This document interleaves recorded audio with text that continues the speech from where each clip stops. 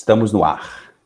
Muito bom dia ao Ceará, ao Brasil, em mais um encontro para falarmos a respeito de informação, desinformação no Brasil, em época tão desafiadora, em época de eleições, mas também em época de Covid-19, em época de pandemia, e como estamos trabalhando a questão da desinformação no nosso Brasil. Estamos conversando com todos os estados, hoje nessa edição mais do que especial aqui no Ceará, conversamos com representantes, espero que esse debate seja muito produtivo, como tem sido todas as manhãs nessa proposta da Agência Lupa, junto com o Instituto Tecnologia e Equidade, o Movimento de Combate à Corrupção Eleitoral, um projeto muito profundo que tende a reunir o Brasil, pessoas que pensam o Brasil e pensam essa questão tão importante da informação e da desinformação para a nossa democracia. Eu sou Pétria Chaves, eu sou jornalista, e hoje eu vou comandar aqui vou mediar, na verdade, esse debate e essas reflexões que a gente vai trazer aqui junto com vocês. Eu lembro a todos que podem participar, mandando perguntas no nosso chat. A gente já começa essa edição no Ceará com 75 pessoas presentes. Acredito que vai ser um debate muito legal, muito brilhante. Eu já começo aqui dando meu bom dia aos participantes dessa mesa, já também pedindo uma reflexão, não só o bom dia, não só a apresentação, mas também já uma reflexão inicial, para que a gente já possa entrar no assunto, nos desafios, né, e o que cada estado vem fazendo em relação a esse assunto. Então, eu já converso aqui, já chamo para o nosso debate o desembargador Raimundo Nonato Silva Santos. Ele é ouvidor regional eleitoral, também é responsável pelo recebimento das impressões que os eleitores têm em relação ao órgão e o funcionamento da Justiça Eleitoral no Ceará, e já quero pedir para o desembargador fazer uma pensata a respeito do que as pessoas mais, não só criticam, mas trazem como desafio para a gente, tanto para o tribunal, que é claro, o desafio que nós temos hoje no Brasil inteiro. Então, desembargador, muito bom dia, já trazendo para a gente os desafios, né, que a gente tem em relação a essa questão importante de informação, de eleições. Como é que o senhor vê essa questão? Bom dia.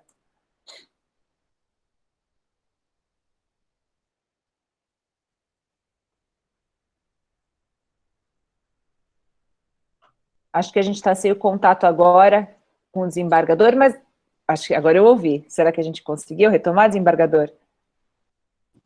Pronto. Eu estou presente porque eu estava participando também de uma sessão, a sessão de direito privado aqui do Tribunal de Justiça do Estado de Ceará. Mas eu estou presente, sim. Muito bom. Eu refaço a pergunta para o senhor. Eu entendo que hoje, nesse mundo digital e virtual, é uma loucura.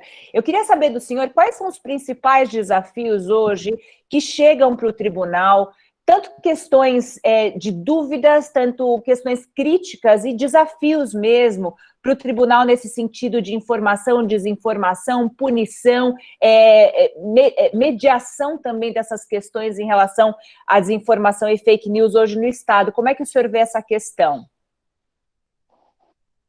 Bom, é um desafio imenso para todos nós do Poder Judiciário,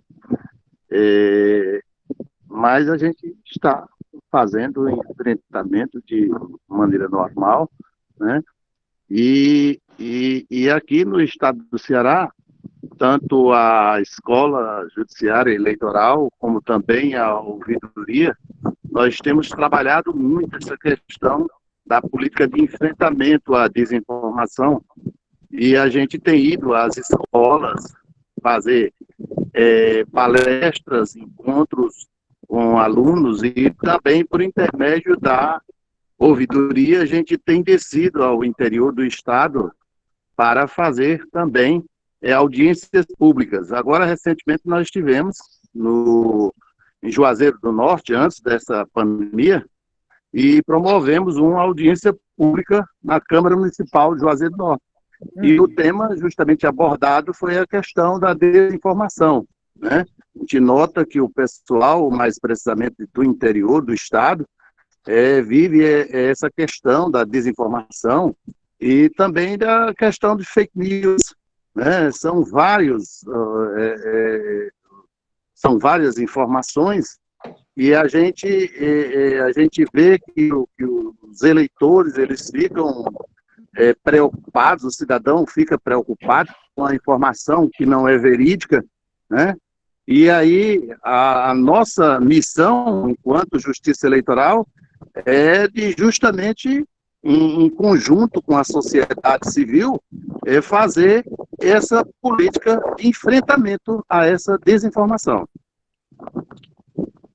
O senhor coloca uma questão super importante, que é a questão da educação, né, de ir até, por exemplo, escolas. Isso é um dado que vem sendo levantado em praticamente todos os encontros, os desafios em relação à educação, né, e aí muitas vezes a gente se sente impotente, por um lado, vendo o tamanho, né, o abismo que a gente tem para lidar com essa questão, mas em algum ponto tem que se começar, né, para conseguir fazer essa transformação. Talvez a gente possa entrar em algum momento aqui da nossa conversa, doutor Raimundo, em outros exemplos, né, para que a gente possa, inclusive, falar e pensar em como replicar. Eu quero já chamar aqui também para a nossa conversa o doutor Flávio Vinícius Bastos Souza. Ele é juiz auxiliar da presidência, com ênfase na seara criminal, pela atuação na justiça comum. Ele mantém aí, ele trabalha muito essa questão das fake news na justiça eleitoral, e queria dar, então, bom dia para o doutor Flávio, também fazendo essa reflexão que a gente traz para o desembargador Raimundo, sobre como você enxerga, como o senhor enxerga esses desafios hoje que a gente tem em relação a essa questão das fake news, inclusive do termo fake news, como é que isso vem sendo trabalhado e trazido como desafio para o estado do Ceará, doutor Flávio? Bom dia. Está sem áudio. Deixa eu ver se o seu áudio está aberto. Está fechado. Bom dia. Bom dia. Na verdade, Petra, assim, como auxiliar, como representante da administração do Tribunal Regional Eleitoral, eu não atuo como juiz eleitoral, sim na parte administrativa no tribunal. E lá a nossa preocupação com as fake news diz respeito a uma das vertentes das fake news, né, que não é aquela que trata diretamente da disseminação de notícias falsas entre os candidatos, em propaganda eleitoral ou contra agentes políticos, mas sim a disseminação de fake news contra a instituição da justiça eleitoral, a disseminação de notícias falsas sobre o regular funcionamento do processo eleitoral, da urna eletrônica, esse questionamento que busca levantar dúvidas sobre a existência de fraudes, né, no sistema eleitoral. Nós temos trabalhado, né, houve uma grande repercussão na eleição de 2018, principalmente pela disseminação de notícias falsas pelo WhatsApp, né, para a Justiça Eleitoral foi uma novidade e houve até uma certa demora em reagir isso nas eleições de 2018 e nós aprendemos muitas lições com o que aconteceu em 2018 e estamos trabalhando para as eleições de 2020 com o fortalecimento de um comitê, né, formado por partidos políticos, pelas próprias agências de verificação, né, como a própria Lupa, para fortalecer essa rede que busca verificar se aquelas notícias que são disseminadas são verdadeiras ou não. E, aliás, aí... O que o senhor traz é fundamental, porque essa corrente de desinformação em relação à instituição, isso fragiliza muito o próprio processo de eleição para a população. Isso aconteceu de alguma maneira forte em 2018, e como é que também tem que ficar atento para esse ano, né, caso as eleições ocorram, mas, enfim, seja quando ocorram essas eleições, qual que é o principal desafio, o senhor vê assim nessa questão? O principal desafio, eu acredito que seja atuar de forma preventiva, né? Não esperar como foi em 2018, ocorrer aquela avalanche de notícias falsas, né? O tribunal, né, a Justiça Eleitoral como um todo, no primeiro momento não soube como reagir, e esse comitê foi criado no intervalo do primeiro para o segundo turno, né? As eleições já em curso. Enquanto agora, com o que foi aprendido nas eleições de 2018, nós estamos trabalhando já desde o ano passado com o fortalecimento desse comitê e trabalhando de forma preventiva, não esperando iniciar o processo eleitoral, as campanhas eleitorais. Esse trabalho está sendo feito de forma preventiva e acreditamos que vamos ter um sucesso bem maior do que em 2018. Perfeito isso que o senhor traz para a gente ver como a gente está caminhando ainda, né? Eu acho que isso acontece muito também, talvez a gente vá falar sobre isso à medida que o encontro aconteça, como muitas vezes a gente é pego desprevenido, né? A gente não sabe de onde vem esse inimigo contra as instituições. Então, esse olhar mais sistêmico, ele é muito importante. A gente vai trazer isso mais vezes aqui nesse debate de hoje. Já chamo também aqui com um bom dia para o Caio Silva Guimarães, ele é assessor jurídico também da presidência, professor de propaganda eleitoral, e vai trazer um pouco para a gente a respeito dessa reflexão, a respeito da propaganda também, o que se espera dessa propaganda eleitoral em tempos de desinformação, em tempos de internet também, né, professor? Porque essa questão ela é desafiadora, a gente já trouxe aqui em alguns debates, como a questão da desinformação, das notícias falsas, isso sempre existiu, mas agora numa escala muito maior. Como é que isso vem atingindo, talvez até as particularidades do Ceará, como é que isso vem sendo trabalhado e quais vão ser os desafios também a partir de agora com essa escala digital de informação? Professor, bom dia. Bom dia, Pétria, bom dia a todos. Em relação à propaganda eleitoral, o que nós vislumbramos é que desde 2016 a internet vem sendo bombardeada por informações e que estão migrando dos sites de internet e até das redes sociais para os comunicadores eletrônicos, como WhatsApp, Telegram, Voxer, etc. O que acontece, que eu observo como estudante dessa matéria, é que os poderes públicos não estão, nesse momento ainda, sabendo lidar com o que ocorreu em 2018. O que foi que aconteceu em 2018? Que eleição foi aquela? E quando a gente tenta tratar um tema apagando incêndio, há uma tendência muito grande de se criarem legislações ineficientes. Nós estamos aí à beira de uma legislação contra fake news que parece que vai ser levada pelo Senado amanhã, projeto de lei 2630, né? Nós já temos uma regulamentação do TSE esse ano sobre a propaganda que limita disparo em massa, fala sobre anonimato, fala sobre grupos fechados de comunicadores, e pelo que eu notei do dispositivo que vai ser levado ao Senado, nós teremos uma série de limitações, certo? A utilização, por exemplo, do WhatsApp, que são incompatíveis com a ideia do próprio WhatsApp. É como se você inviabilizasse a existência do aplicativo. Por exemplo, ele fala que disparo em massa para mais do que 5 pessoas configura um ilícito. Por favor, meus amigos, qualquer envio por um político de uma propaganda eleitoral vai passar de 5 pessoas.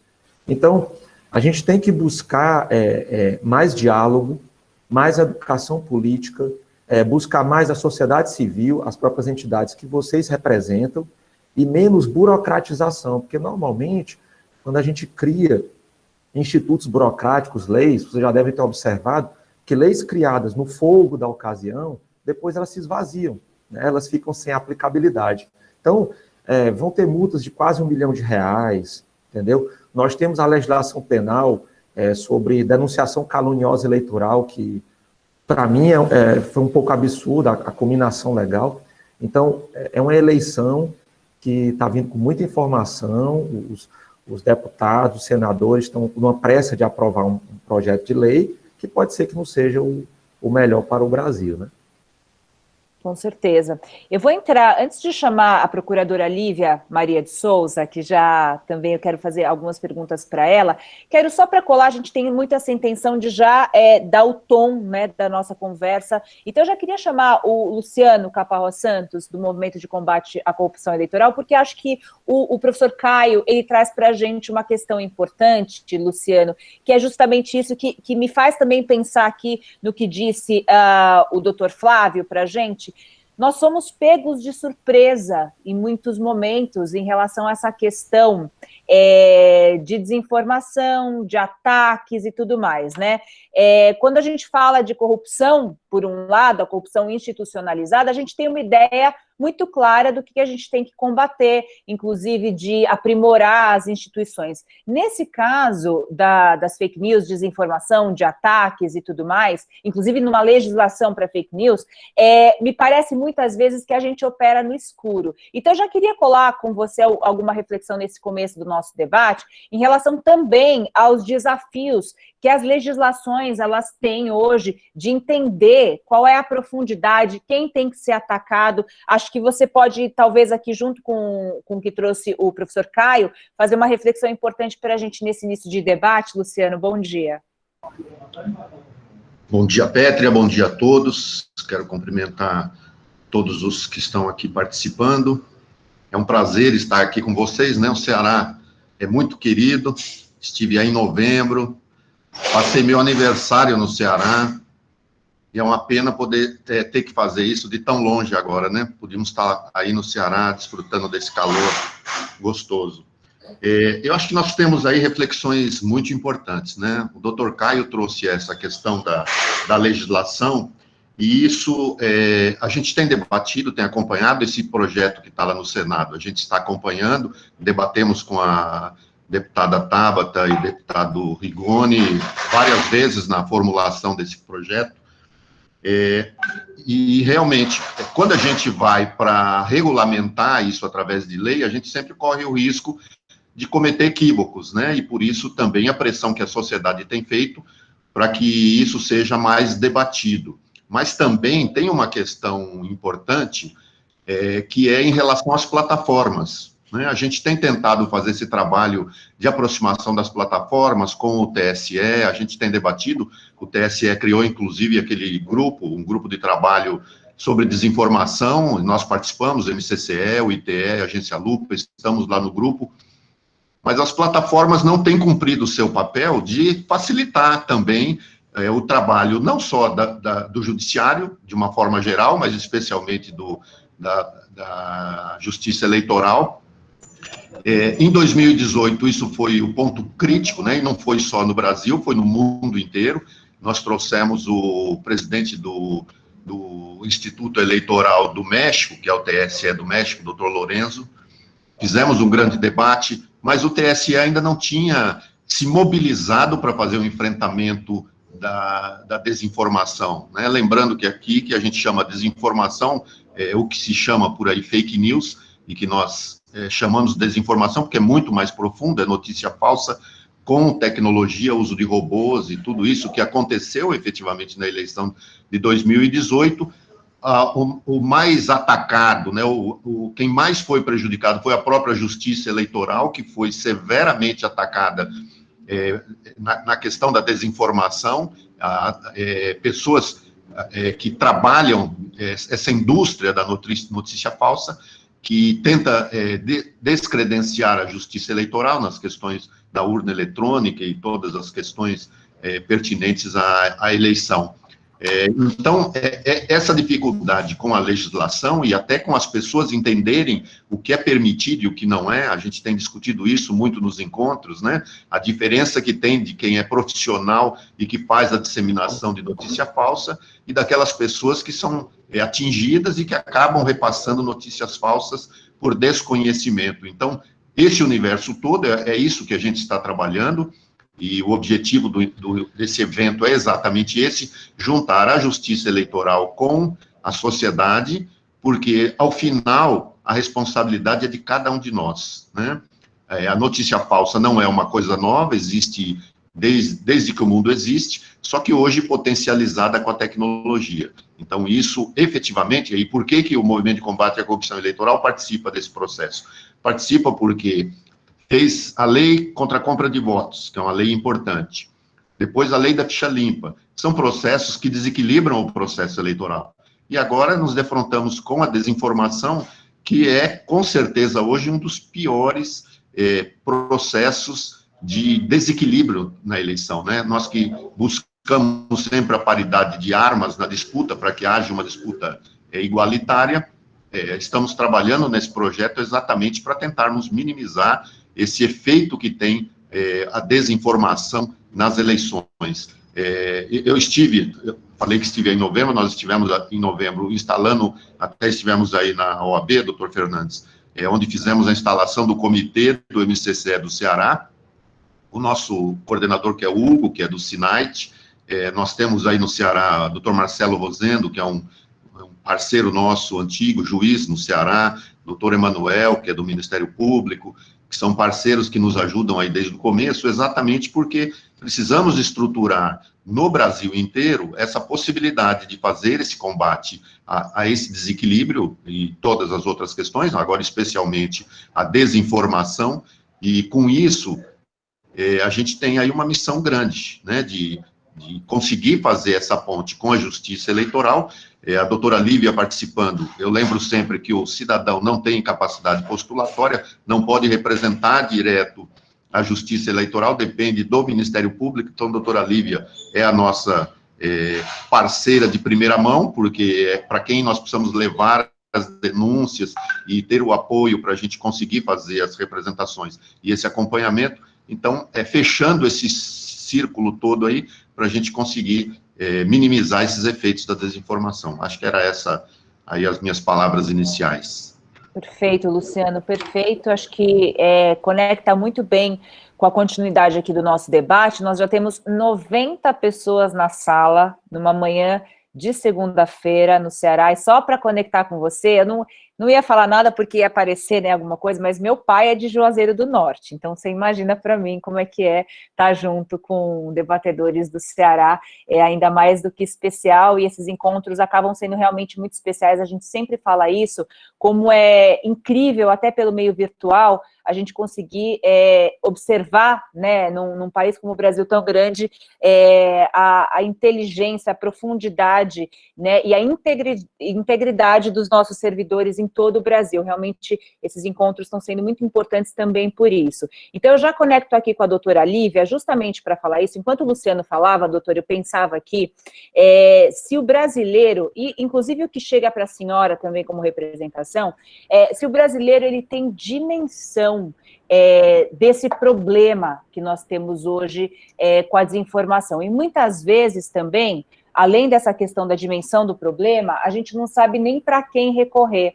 Então, eu queria um pouco que a senhora trouxesse para a gente essa pensata a respeito do papel da justiça, do que a senhora recebe, do que a senhora vê como questão mesmo, né, de consciência e de problema que a gente tem em relação à dimensão dessa questão da desinformação e das fake news. Só lembrando que a doutora Lívia Maria de Souza é procuradora regional eleitoral no Ceará, mas já esteve no Rio Grande do Norte, Piauí, ela tem um conhecimento bastante grande, né, desse comportamento, então hoje ela fala pelo Ceará, mas tem um conhecimento muito profundo de diversas regiões, estados do país, então queria muito jogar para a senhora essa questão dos nossos desafios e abismos. Bom dia. Bom dia, Pétria, bom dia a todos.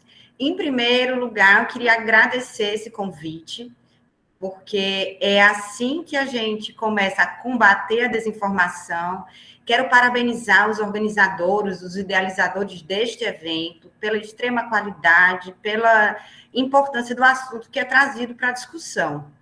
E conectando a sua pergunta, Pétria, com o que o Luciano e o Caio trouxe aqui para a gente discutir hoje, eu penso que um dos principais desafios da justiça eleitoral é compreender que o processo eleitoral é feito para o cidadão e por causa do cidadão. Então, aqui, todos nós estamos trabalhando para garantir o quê? Que o cidadão possa, quando tiver interesse, se candidatar, e se não tiver interesse, possa escolher seu representante. Em cima disso aí, nós temos que trabalhar e pensar um processo eleitoral. E aí a Justiça Eleitoral, com o Ministério Público Eleitoral, nessa época em que nós estamos assistindo um desenvolvimento muito acelerado dos meios de comunicação, né? Antes a gente tinha um monopólio de algumas emissoras, a gente tinha um monopólio da comunicação via rádio, tinha toda uma regulamentação sobre isso. Agora não. Agora a comunicação realmente é democrática. Né? Então, eu posso, da minha casa, gravar um vídeo, falar o que eu penso e postar isso no YouTube. E isso é positivo. Nós temos que entender que isso é positivo, que é uma liberdade de expressão.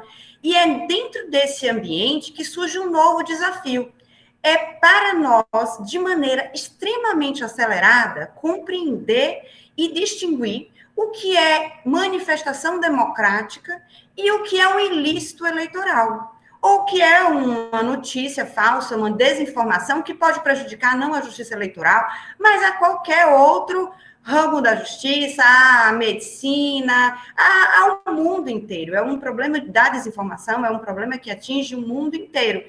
E aí a gente tem alguns passos para seguir, reconhecendo o nosso atraso, né, na educação. Então, a gente vivenciamos agora essa situação de pandemia e, tristemente, foi nos posto uma realidade de que a maioria da nossa população está excluída. Ela não tem uma conta bancária, ela não tem acesso à internet. Então, esse é um problema que nós todos juntos temos que arregaçar as mangas, entender e enfrentar.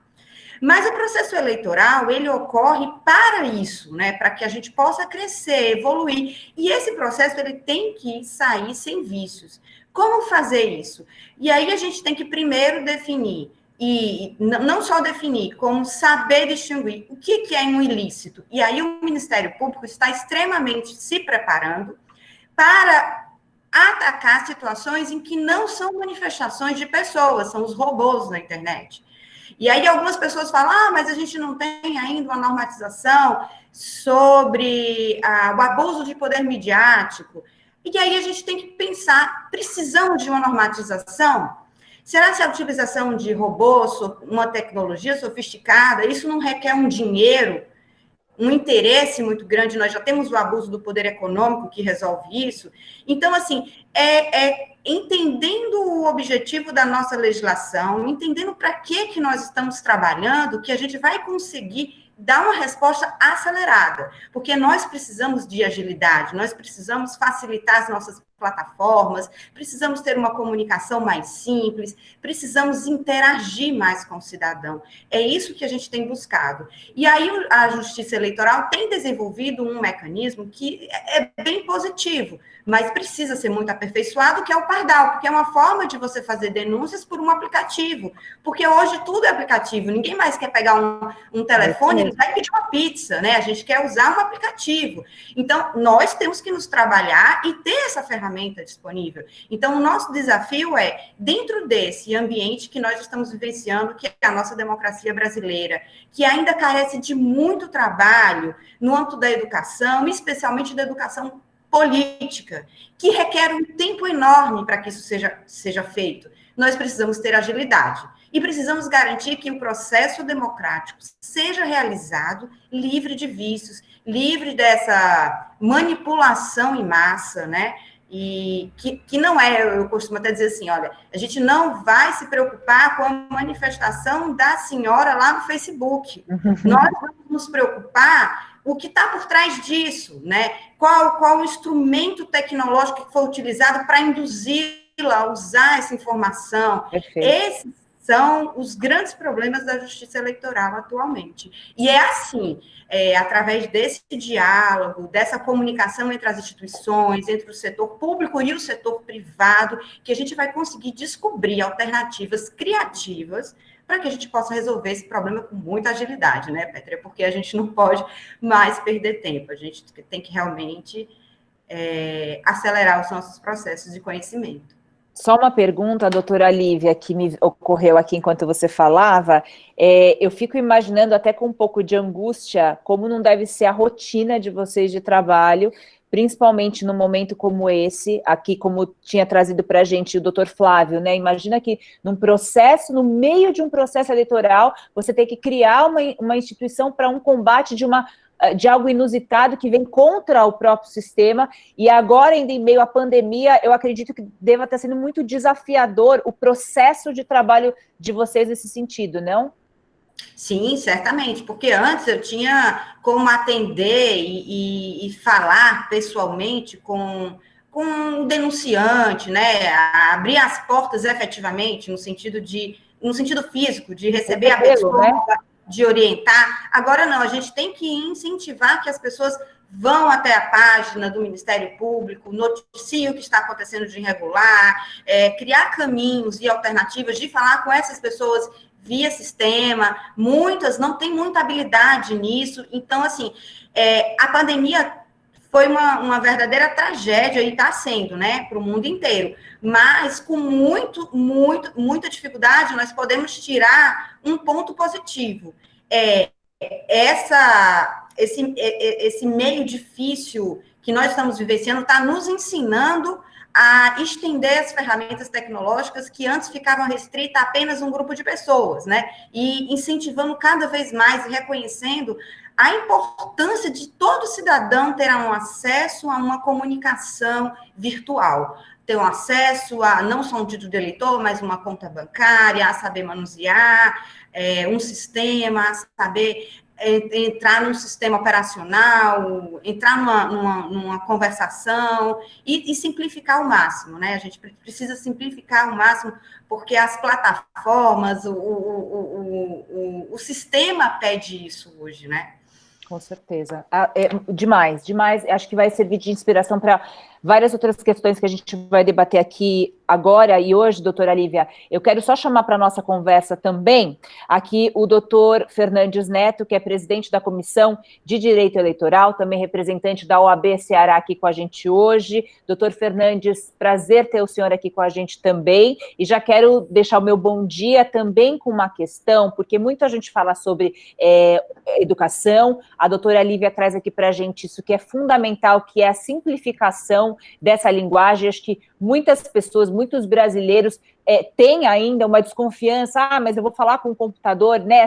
Essa questão da alfabetização digital e midiática, essas questões são super importantes, mas eu queria saber do senhor, como é que o senhor vê também a questão dos partidos, né, dos partidos políticos, como é que é a responsabilidade, já que a gente fala que desinformação sempre existiu, é conhecido no Brasil, várias campanhas de mentira em eleições, isso nos interiores dos estados, isso deve ser ainda maior. Então, como é que o senhor vê a responsabilidade e a responsabilização também dos partidos políticos nessa estrutura toda tão desafiadora que é a questão da notícia falsa hoje em dia, doutor? Bom dia. Bom dia, Pétria Chaves, bom dia a todos aqui que me antecederam. Bom dia do Bar do Raimundo Nonato, que, não sei se vocês sabem, Pétria, também é do Cariri, lá de Juazeiro, da sua região dos seus pais. Doutora Lívia, todos aqui presentes, todas e todos, né? Primeiro, eu queria agradecer o prazer de participar desse debate e lembrar que são iniciativas como essa, que inclusive pela própria Justiça Eleitoral, que agasalha, o TRE do Ceará, que agasalha um tema tão relevante e um movimento tão relevante, né, que demonstra, primeiro, que as limitações da própria justiça, como entidade punitiva e como entidade reguladora de um processo eleitoral, de resolver por si só, ou seja, mediante a fiscalização de uma eleição e a punição daqueles culpados, esse processo tão grandioso que é a desinformação no todo, no geral, porque, de fato, a desinformação vem não só contra a justiça eleitoral, como dizia o doutor Flávio Vinícius, mas ela vem também contra a política, ela vem com inflexões na economia, né? Na economia, na relação de consumidor. Então, assim, essa ordem está toda, de fato, impactada com toda a ordem comercial, toda a ordem social está impactada com as novas narrativas da desinformação, né? Aquilo que é fato, que de fato seria fato e não poderia mais ser constituído, podia ser debatido quanto à sua veracidade, hoje tem várias narrativas que transformam completamente esse conceito de fato que nós teríamos anteriormente. E os partidos, e eu queria dizer a você que eu sou um meio estudioso dos partidos, é objeto da academia, sou autor de livros nesse sentido, e também é objeto do meu estudo acadêmico, de doutoramento, tem sido uma das grandes vítimas e também responsáveis por essa desinformação. Primeiro porque, assim como toda a sociedade, os partidos chegaram por último, né, nesse debate, ou seja, os protagonistas foram os candidatos, ou seja, o direito personalíssimo, os candidatos, aqueles que detêm. Se você perceber bem, Pétria, as páginas partidárias, ela tem muito pouca simpatia social, enquanto as páginas dos candidatos, dos outsiders, daquelas pessoas que fazem uma política com isolamento partidário, eles detêm grande e longa, grande substância de assistentes, né? Então, assim, isso já é uma um sinal, um sinal evidente dessa pouca participação dos partidos nesse processo, ainda nesse processo digital. E cabe aos partidos, como mediador, né, mediador da posição popular, a posição do povo, entre a mediação entre o Estado e o povo, né, protagonizar essas ideias. Quanto mais nesse ambiente virtual, e principalmente no ambiente de eleição, como diz o Harari, que de fato não é um ambiente racional, né? É um ambiente, antes de tudo, sentimental, porque a eleição, antes de tudo, é uma questão sentimental também, não é uma questão totalmente racional, né? Essas evidências, essas questões ideológicas e pessoais, e menos ideológicas partidárias, ficam mais latentes. Então, acho que os partidos políticos têm que retomar, tá certo? A primazia desse diálogo com a sociedade, tentar se reconectar com seus representantes e sociedade, através também das redes sociais, né? E perceber que ele é um dos agentes, um dos players que estão nesse jogo, né? Reconhecer, assim como a Justiça Eleitoral, e hoje nós reconhecemos todos que a Justiça Eleitoral, que se achou potente e capaz de resolver o fake news em 2018, foi atropelada pelos robôs, pelos bots, pelo tudo, e que hoje essas tentativas do WhatsApp e de outros aplicativos de comunicação de reduzir esse impacto também são ineficientes diante da tecnologia, né, tratada pelos hackers políticos, esses robôs, também é ineficiente. Temos que partir para o que nós estamos fazendo aqui, um trabalho de educação social, uma educação digital. Doutor Fernandes, como é que o senhor vê assim, a sua avaliação, ainda mais com tantos estudos e reflexões a respeito da estrutura dos partidos e tudo mais, como é que o senhor vê essa regulamentação que está sendo discutida das fake news e desinformação pelo Congresso Nacional? Qual que é a sua opinião a respeito desse momento e do que está sendo discutido para a criminalização dessa desinformação, doutor? Eu vejo com preocupação. Tanto o PL 1429 como o PL 2630. Eu faço parte da Academia Brasileira de Direito Eleitoral e Política, a BRADEP, né? E nós estamos acompanhando de perto essa tramitação com o GT, um grupo de trabalho formado para acompanhar. Da maneira que se está, assim, eu sou colega do Caio, o professor Caio Guimarães também na BRADEP, e temos participado desses grupos, e eu tenho visto preocupação, porque, de fato, se a legislação continuar do jeito que vai, do jeito que é a perspectiva que está até agora posta, nós estamos criminalizando o caminho, né, e não prendendo os bandidos que se encontram no caminho, né? Ou seja, vamos destruir uma estrada, porque naquela estrada haviam alguns ilícitos praticados lá. Então, assim, nós, de fato, criminalizar os meios digitais, o WhatsApp, o Facebook, o Instagram, todos eles, de fato, não é a melhor saída. Eu penso que esse controle social que está sendo feito por alguns grupos, e como também com a equipe daí da Lupa, de conteúdo, de análise de conteúdo, de análise de fake news, no patrocínio comercial e junto ao consumidor, tem sido uma coisa muito interessante que a sociedade tem feito e que pode ser estendido, inclusive, para a área política. Então, eu vejo com preocupação e eu vejo como muito assodado, com uma intenção de dar uma resposta rápida, mesmo que seja ineficiente, assim como foi, como dizia bem o Calho antes, o processo de criminalização da fake news, a denunciação caluniosa anteriormente, que tornou um crime de difícil apuração e difícil caracterização, além com penas extraordinárias. Então, essa é a nossa primeira visão dentro desse aspecto. E a gente vai entrar aqui, inclusive, nesse debate. Eu quero chamar já para falar também desse assunto o Ariel Kogan, do Instituto Tecnologia e Equidade, justamente para colocar para a gente os desafios hoje dessa regulamentação, Ariel, em relação ao que é desinformação, algo que a gente vem debatendo em outros encontros com outros estados, é a questão da liberdade de expressão e essa regulamentação, ela traz o quê? Quais são esses desafios?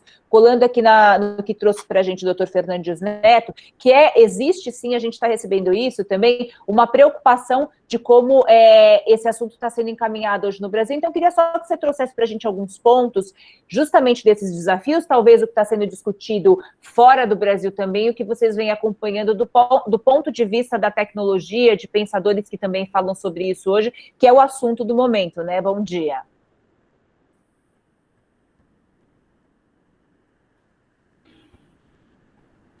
Bom dia, pessoal.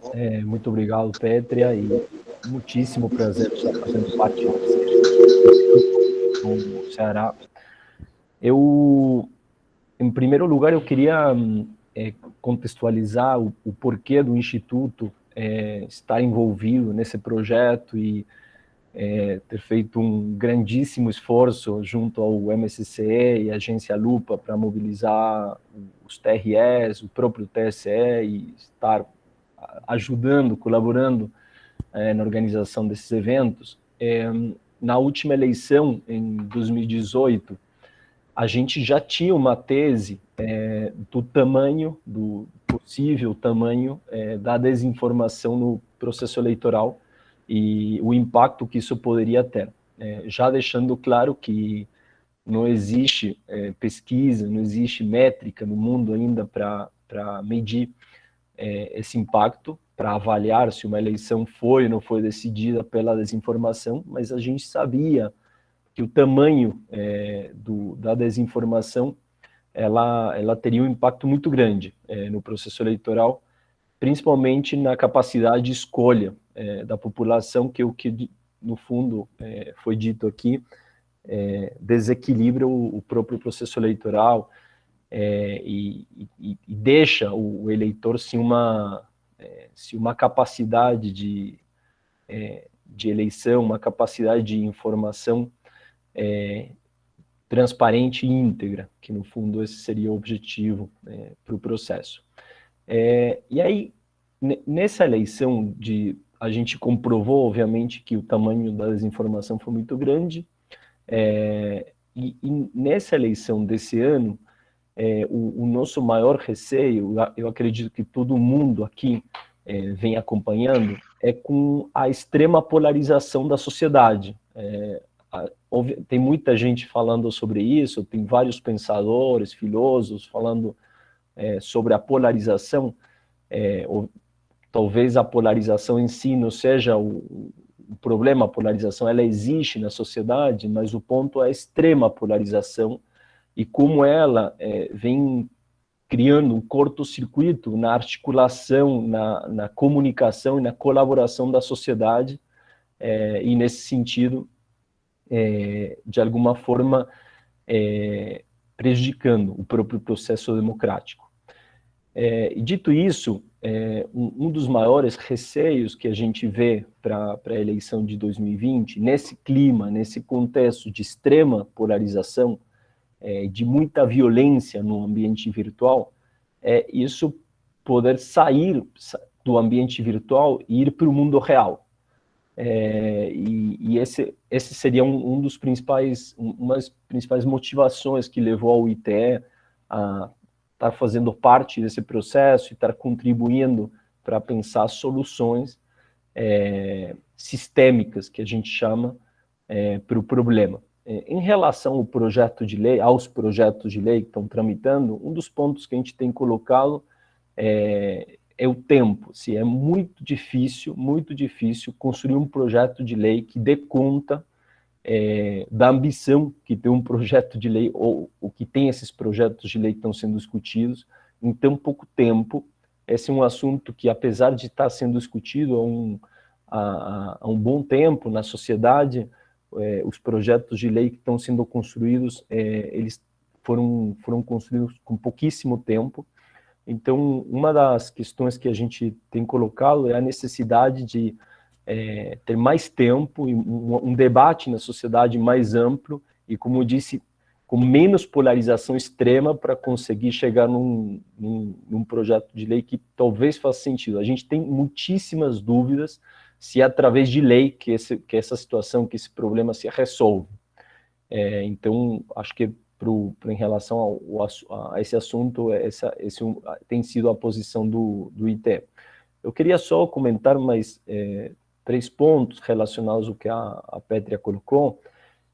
Primeiro, uma notícia muito atual, aconteceu agora, nesses últimos dias, teve um boicote global de algumas empresas globais, algumas empresas, marcas globais, em particular o Facebook e o Instagram, mas pode ser ampliado para outras empresas de mídias sociais, em relação à atuação, à ação, à proatividade para combater discursos de ódio, racismo e desinformação nessas plataformas.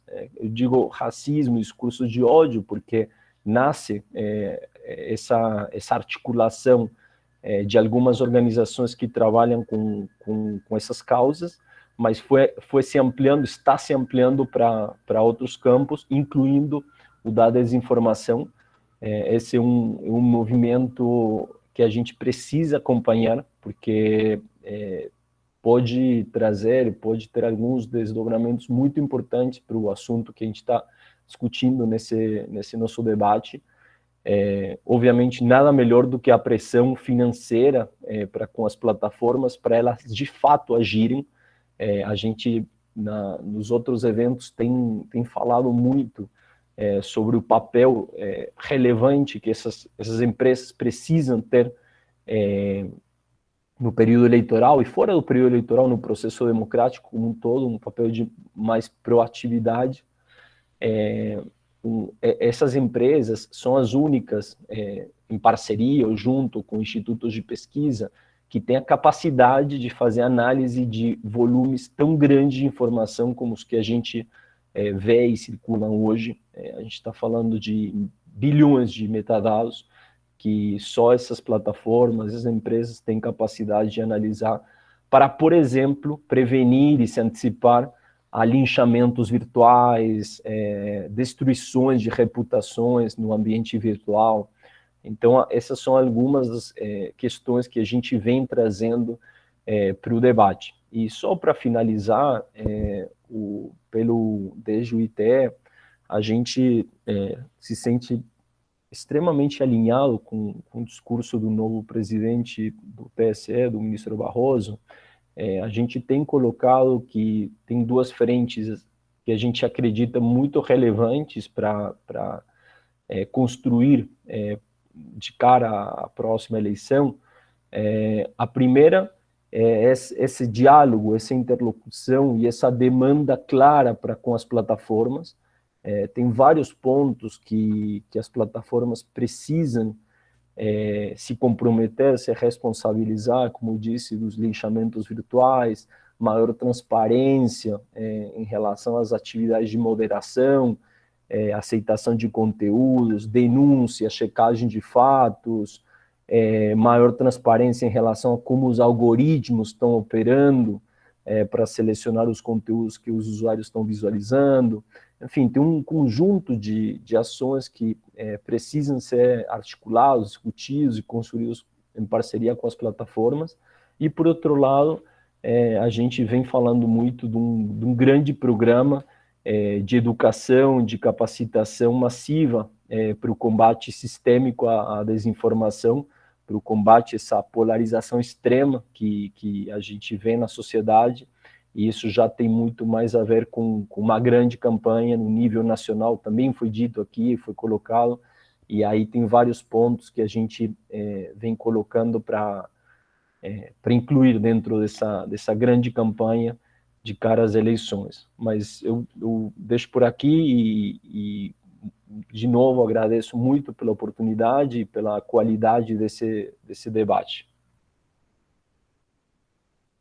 E eu quero também chamar aqui para a nossa conversa, nesse sentido, Gilberto Scofield, ele é da Agência Lupa, diretor de estratégias e negócios, jornalista, vem da grande imprensa também, e agora na Lupa, que é uma agência de checagem, que eu acredito que seja hoje uma instituição fundamental, né, de reflexão e de também apuração de todo esse volume que a gente tem a respeito de notícias falsas. E pegando o gancho nisso que o Ariel falou, eu estava justamente pensando nisso quando ele citou isso, porque a gente está num momento agora, tanto dessa questão do debate em relação ao racismo, como é que isso está colocado nas redes, isso é totalmente conectado com a questão política, né, Gilberto? Então, eu queria só fazer um gancho com isso que trouxe o Ariel, desse movimento mundial de boicote mesmo de grandes empresas, porque aí vem um boicote, né, de gigantes, por exemplo, a própria Unilever, e aí uma empresa gigante ou empresas gigantes patrocinadoras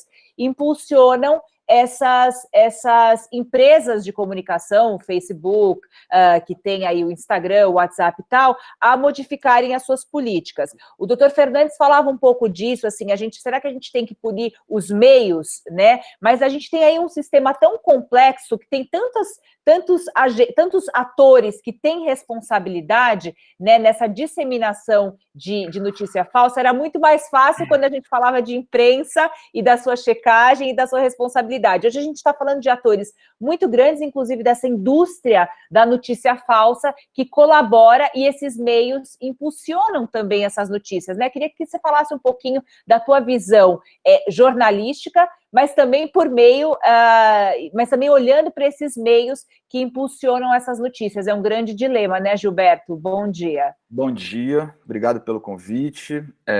Sim, eu concordo. Eu acho que o Fernandes deu a melhor definição sobre a questão do projeto de lei. Está sendo feito de forma assodada, e acho que isso é uma super questão, mas eu acho que o Ariel trouxe algo muito importante, que é essa história dos anunciantes e o Facebook.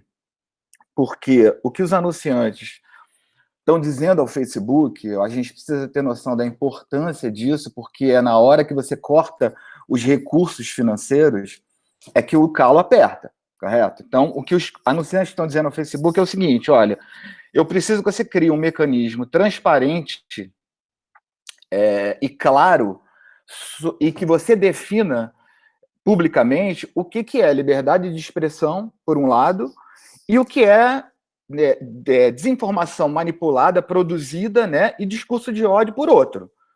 É isso que eles estão dizendo para o Facebook. Enquanto você não definir isso claramente, a gente não vai anunciar em você. Então, assim, eu passei o fim de semana discutindo isso com uma série de outras pessoas que estudam desinformação, que estudam as redes sociais, em particular, a questão das bolhas de algoritmo e como é que uma pessoa vai influenciando a outra, né, na sua percepção de mundo, digamos assim, porque o fato é que todo mundo é mídia hoje, né, especialmente na virada do século XXI, com a digitalização de tudo praticamente, e em especial depois de 2004, com o aparecimento, o surgimento do Facebook e das redes sociais, como a gente conhece hoje.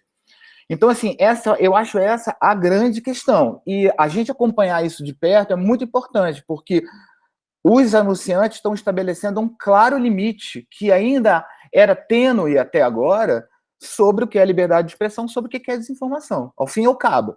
Porque, assim, a gente que estuda desinformação, e eu também faço um mestrado na UFRJ sobre desinformação, a gente percebe que essa questão do negacionismo, digamos assim, começou com os negacionistas, né? Mas a gente percebe que a ideia do sujeito que manipula uma desinformação é principalmente gerar controvérsia. É dizer que não existe unanimidade científica ou de opinião sobre determinado ponto, que aquilo não está apaziguado, para usar o termo do direito aí, que todo mundo gosta. Então, essa é uma primeira estratégia que começou lá atrás ainda, na década de 50, com os grandes... a indústria do tabaco, né? E o que a indústria do tabaco fazia na época, e isso está fartamente documentado, eu vou deixar depois aqui um livro sobre isso, era tentar dizer que não havia unanimidade na ciência para dizer que o tabaco provocava mal à saúde.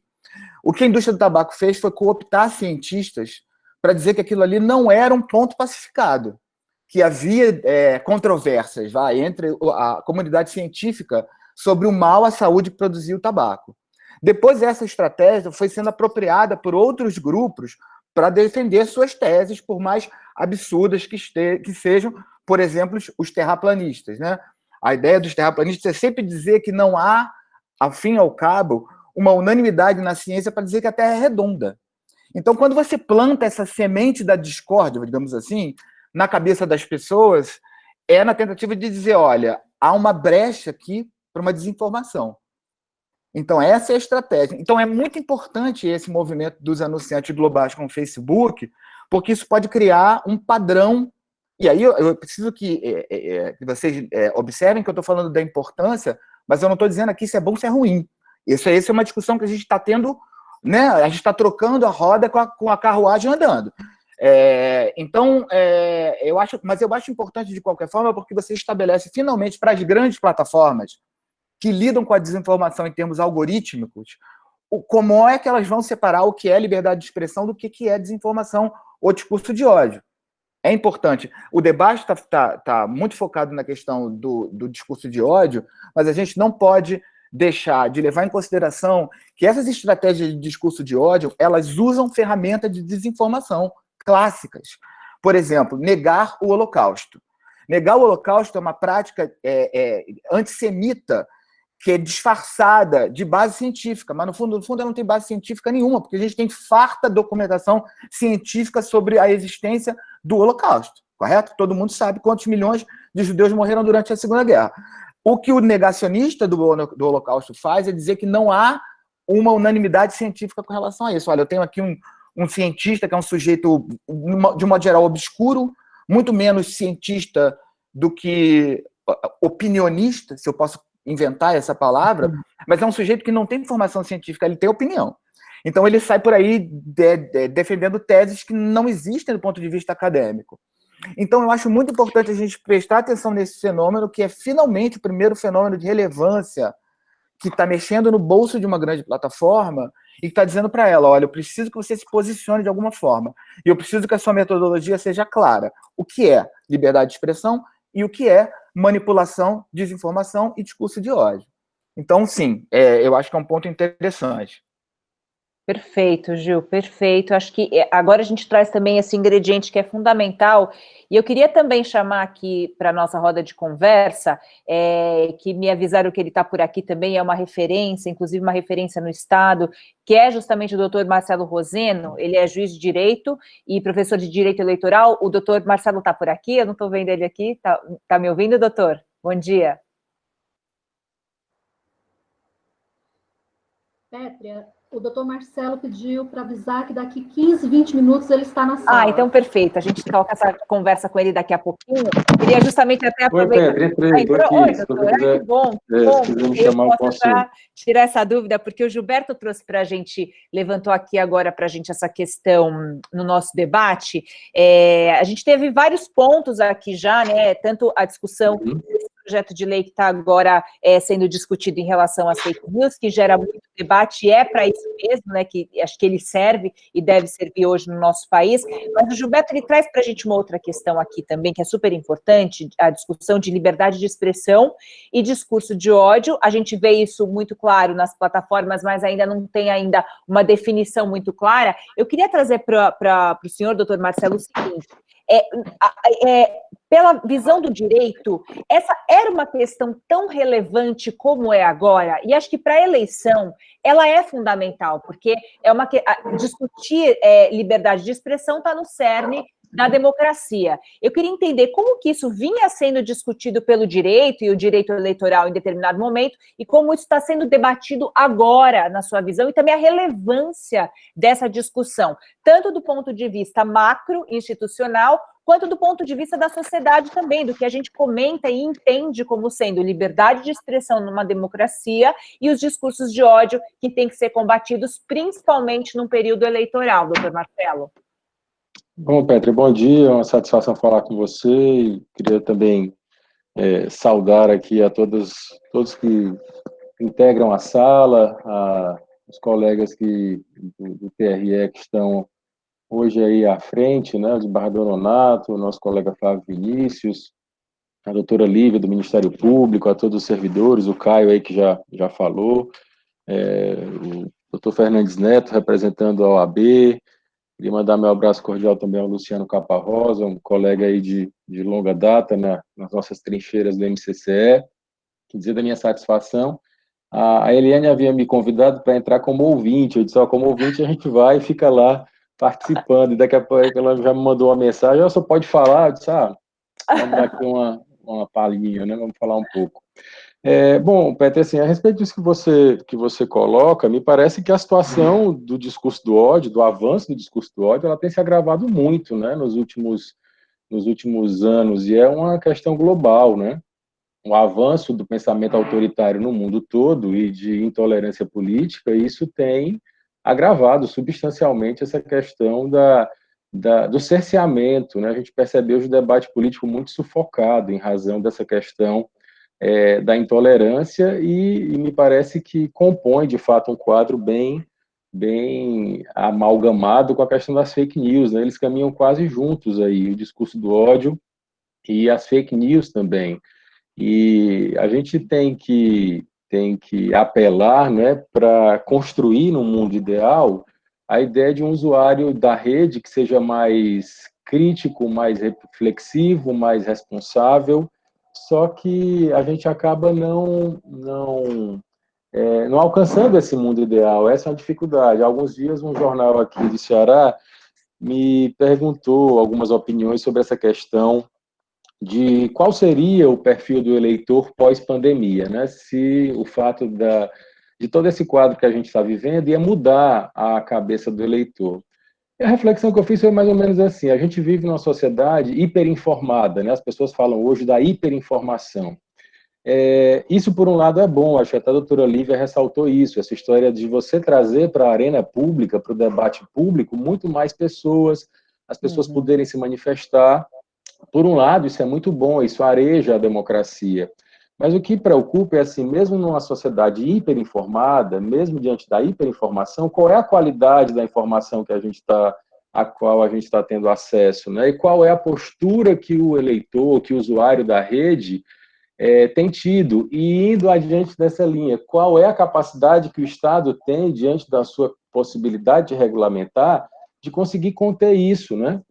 Eu acho que muitos aqui se recordam, o Caio principalmente, quem acompanha essa evolução da propaganda da legislação sobre propaganda eleitoral, lembra que há alguns anos o TSE discutia se devia ou não regulamentar a propaganda na internet, e naquele momento já se vislumbrava essa dificuldade. Como é que você consegue regulamentar, né? Como é que você consegue estabelecer limites a isso? Então, de fato, assim, são dificuldades com as quais a gente tá lidando, nessa perspectiva de esperar que essa ampliação, né, do acesso, a ideia de trazer mais pessoas para a arena pública representasse ganho qualitativo no debate político, só que não é isso que a gente está vendo. A gente está vendo realmente uma deterioração do debate político, né, uma pauperização, as pessoas utilizando as redes de forma realmente predatória.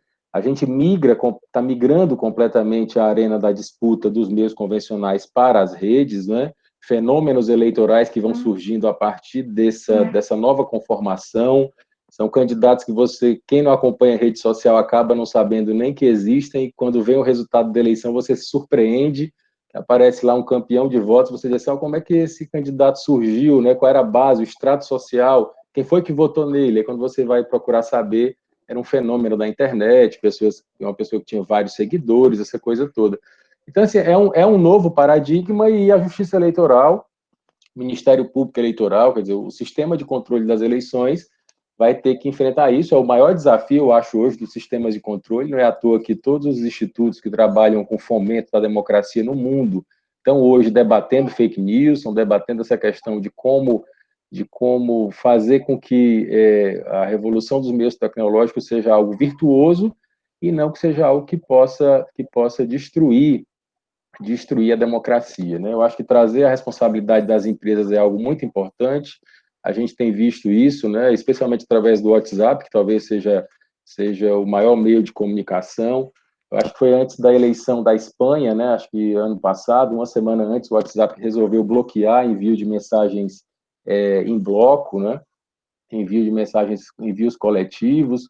Quer dizer, me parece que há também hoje uma preocupação das empresas no sentido de ter também essa sua responsabilidade evidenciada, né? E eu acho que é só assim que a gente vai conseguir. Eu louvo muito essas iniciativas da sociedade civil, no sentido de partirem na frente, de tomarem algum tipo de medida, porque já que o mundo ideal ainda é distante, né, esse mundo em que todo mundo vai ser reflexivo, crítico e não vai compartilhar notícia falsa, vai ter aí uma preocupação com a qualidade das fontes, a gente tem que partir do mundo real para tentar construir algo que seja minimamente palatável e que realmente não coloque a nossa democracia em risco. Muito bom. Nossa, agradeço muito, professor Marcelo, aqui com a gente também.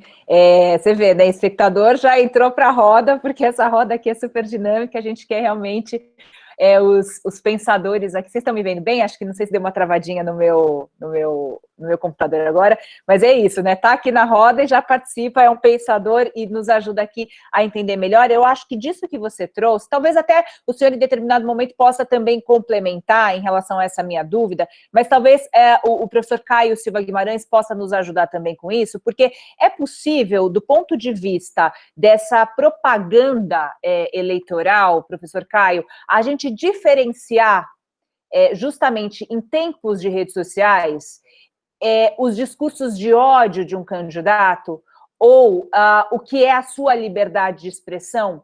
É muito difícil, talvez, eu acho que para quem é leigo, entender qual é o limite. Como é que você, do ponto de vista da regulamentação, coloca isso?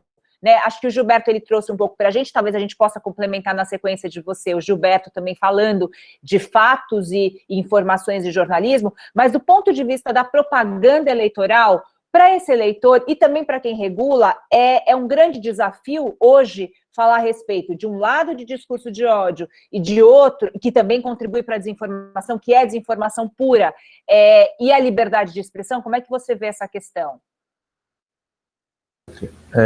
Em relação ao termo discurso de ódio e o atual processo de propaganda, a internet é vista pelo TSE, ou pelo menos pela conjuntura atual do TSE, com ênfase na liberdade de expressão e pensamento. O ministro Barroso, inclusive a própria assessoria do ministro Barroso, vem de uma literatura de liberdade de expressão na propaganda eleitoral. Nós temos que entender que nosso processo eleitoral advém de 3 repúblicas que redundaram em golpes. Nós ainda não temos uma república madura. Nós temos uma tendência a querer dizer o que é que o eleitor pode ou não fazer. Lá nos Estados Unidos, na pré-campanha, durante a final do Super Bowl, teve uma propaganda eleitoral do Trump e dos democratas, paga, em pleno final de Super Bowl, como se fosse uma propaganda aqui na final do Brasileirão. E a gente olhar isso, meu Deus, que absurdo, abuso de poder econômico, lá isso já está muito bem regulamentado. Nós ainda estamos encateando nessa parte da liberdade das pessoas poderem se manifestar. Aqui tem muito mais não pode do que pode.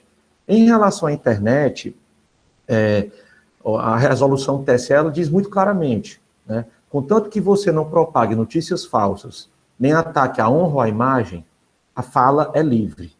Então, em tese, os limites que os eleitores e que os candidatos têm é atacar a honra ou a imagem ou propagarem desinformação, notícia falsa. E aí, quem vai dizer o que é desinformação? Os próprios comunicadores vão fazer uma autorregulação, que é o que está, inclusive, previsto como uma das possibilidades do projeto de lei, ou vai se criar um comitê burocrático que vai dizer o que é falso ou verdadeiro? O que a gente tem que pensar, Petri, em relação à eleição é o seguinte: o candidato ele é um produto. Da mesma forma que existe publicidade para vender um produto na televisão, que vai alavancar o que é melhor dele, o que é de pior do concorrente, o candidato vai fazer isso. A propaganda negativa, a propaganda levando ao conhecimento do eleitor o que é que o meu opositor tem de ruim, ela deve existir. Ela faz parte do processo democrático. Essa propaganda eleitoral, de só ficar dizendo que é bom, ela não é uma propaganda política 100% limpa. Por quê? Porque a partir do momento em que você não diz, olha, o meu opositor disse que na eleição passada ele ia fazer isso, ele não fez. Agora, o que a gente tem que combater é o discurso falso. É aquela notícia propagada que não tem, ou ela é descontextualizada, ou que ela é colocada para denegrir a imagem daquela pessoa frente a um público-alvo, um público cristão, um público mais fervoroso de um lado. Mas aí eu volto à questão inicial. Quem vai dizer isso? Em que velocidade? Eu acho que, pelo menos a curto prazo, vai ser muito difícil combater isso. As ferramentas que a Justiça Eleitoral tem são pequenas frente à quantidade de bots, de robôs. Se você for no Google hoje colocar robô WhatsApp, você vai ver inúmeros aplicativos para qualquer pessoa baixar no seu celular e mandar mensagens multiplicadas pelo WhatsApp. Então, a quantidade de ferramentas que nós temos é maior do que o que a Justiça Eleitoral tem para combater. Nós estamos tentando fazer a nossa parte através de educação política, né? E dentro do processo eleitoral, que vai atuar o Ministério Público, vai atuar o juiz eleitoral, em casos extremos, né? Eu posso citar aqui um caso clássico, por exemplo, em uma determinada eleição, uma candidata colocou as pessoas à mesa jantando, e aí, de repente, a comida começava a desaparecer, e as pessoas começavam a ficar com aspecto de pobres, levando a entender que se ele votasse num determinado candidato, todo mundo ia ficar pobre de novo. É uma propaganda negativa, tá? Faz parte do jogo político. O TSE entendeu que era permitido, que era possível. Eu poderia atacar o meu candidato dizendo que votar nele era um retrocesso. Agora, eu não posso dizer que um candidato foi preso, que um candidato responde a um processo criminal, que o meu candidato falou que ia fazer um kit X, né, para ser distribuído, que é mentira. Isso tem que ser combatido. Agora, digo para você com toda tranquilidade, eu não consigo ver a curto e médio prazo, com a atual conjuntura de internet, vocês devem ter acompanhado a eleição na França, que foi um fiasco, né? Quase 55% de eleitores não compareceram, não só por questão de pandemia, mas por desinteresse político. Então, eu lanço o questionamento. Se a gente coloca muita barreira, muito não, a gente não desestimula o eleitor a participar do processo? Eu coloco ele numa situação em que ele não é capaz de discernir o que é certo e o que é errado? Então, nós temos que ter muito cuidado até onde vai o poder regulamentar da justiça, o poder regulamentar burocrático, e onde eu vou tirar a capacidade do eleitor de discernir o que é certo e errado. E aí entra a agência Lupa, e aí entra o movimento contra a corrupção, o ITIE, de levar o eleitor, olha, isso aqui é o certo. Você quer ver o certo ou você quer ver o errado? Para que lado você quer repassar? E quem ofender a honra, a imagem, Petri, já existem instrumentos criminais para isso. A doutora Lívia pode dizer claramente, se eu for atacar alguém criminalmente, já existe legislação para essa pessoa responder criminalmente. Para que eu vou criar mais legislação? Para o quê? Para criar uma coxa de retalho de lei que não serve para nada? Nós temos que ter muito cuidado com essa nossa tendência a criminalizar tudo, a criar lei, lei por cima de lei, né? Em outros países a Constituição tem 15 artigos, 20, a nossa tem mais de 200. Né? Nós temos uma tendência, uma loucura por ter artigo, né? Uhum. Mas é isso.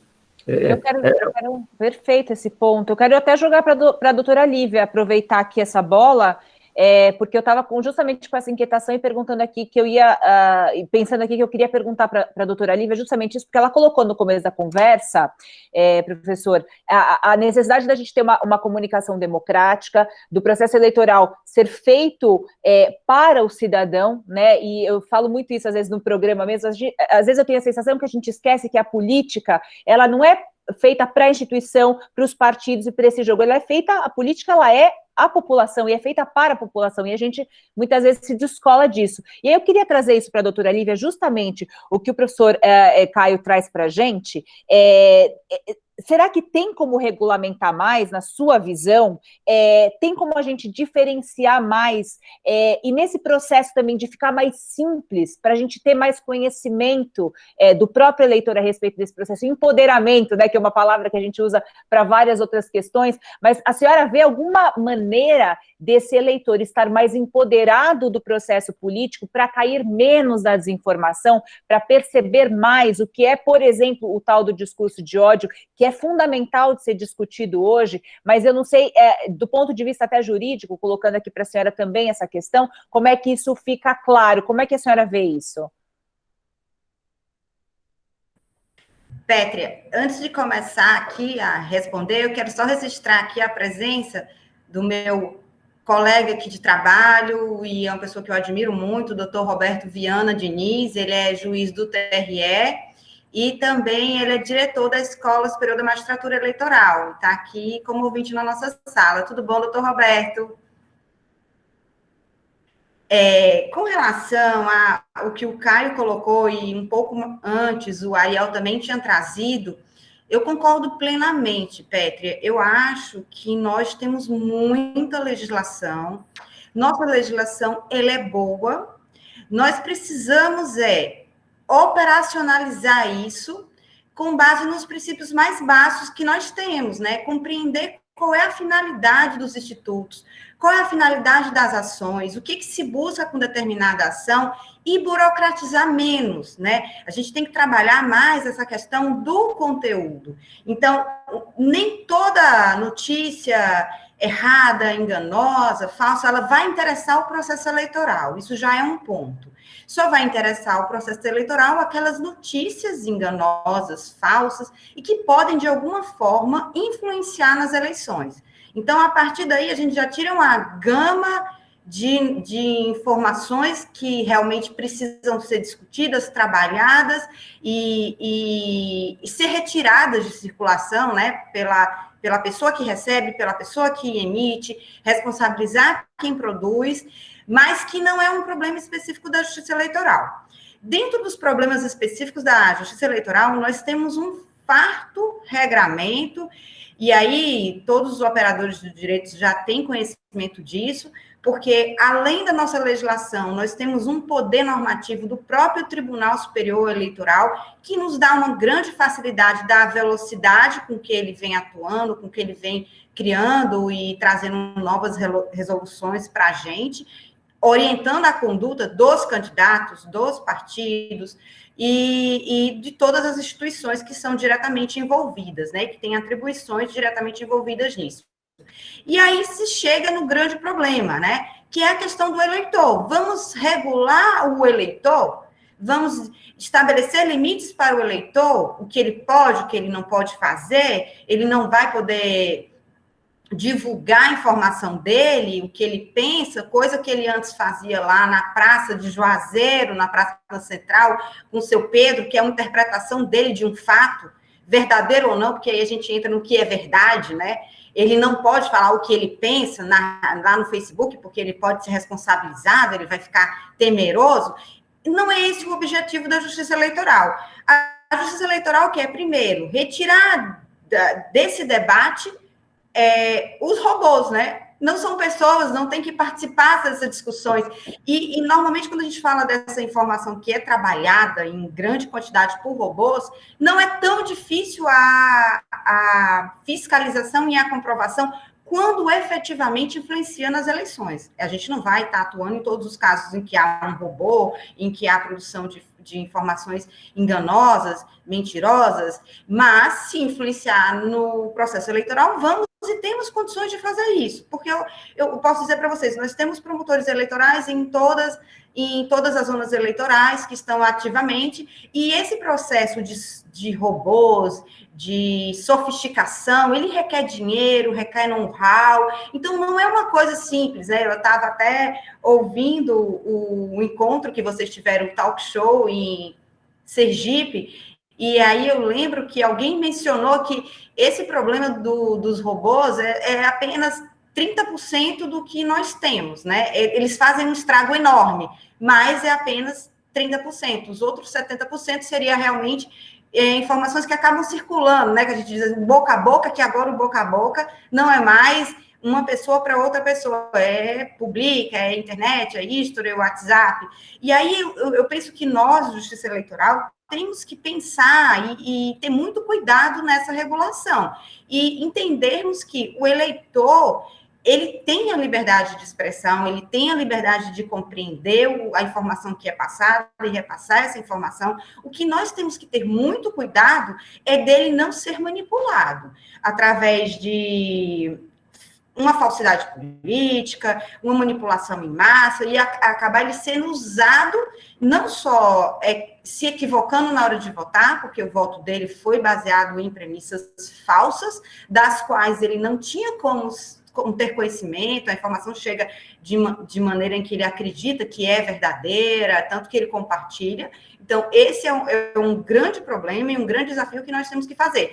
E eu penso que, de maneira imediata, o que nós temos que fazer é exatamente as oficinas de checagem, divulgar mais o conhecimento, o candidato se aproximar mais do seu eleitor, ter sua própria página, noticiar as suas informações, porque quando a gente tem alguma dúvida, peraí, deixa eu ver o que está na página do fulano, se ele colocou alguma coisa com relação a isso, e aí a gente tem que, nessa medida, que é trazer a informação, ter mais velocidade. E aí a gente consegue realmente livrar o debate democrático dessas informações que são produzidas para alterar o processo eleitoral, sem tolir a liberdade das pessoas de participar efetivamente, de democratizar cada vez mais o processo eleitoral. Perfeito, doutora Lívia, perfeito. Eu quero, o Ariel, ele quer fazer uma consideração a respeito disso que a senhora traz, e na sequência do Ariel, quero fazer uma consideração super importante para o Gilberto Scofield da Lupa.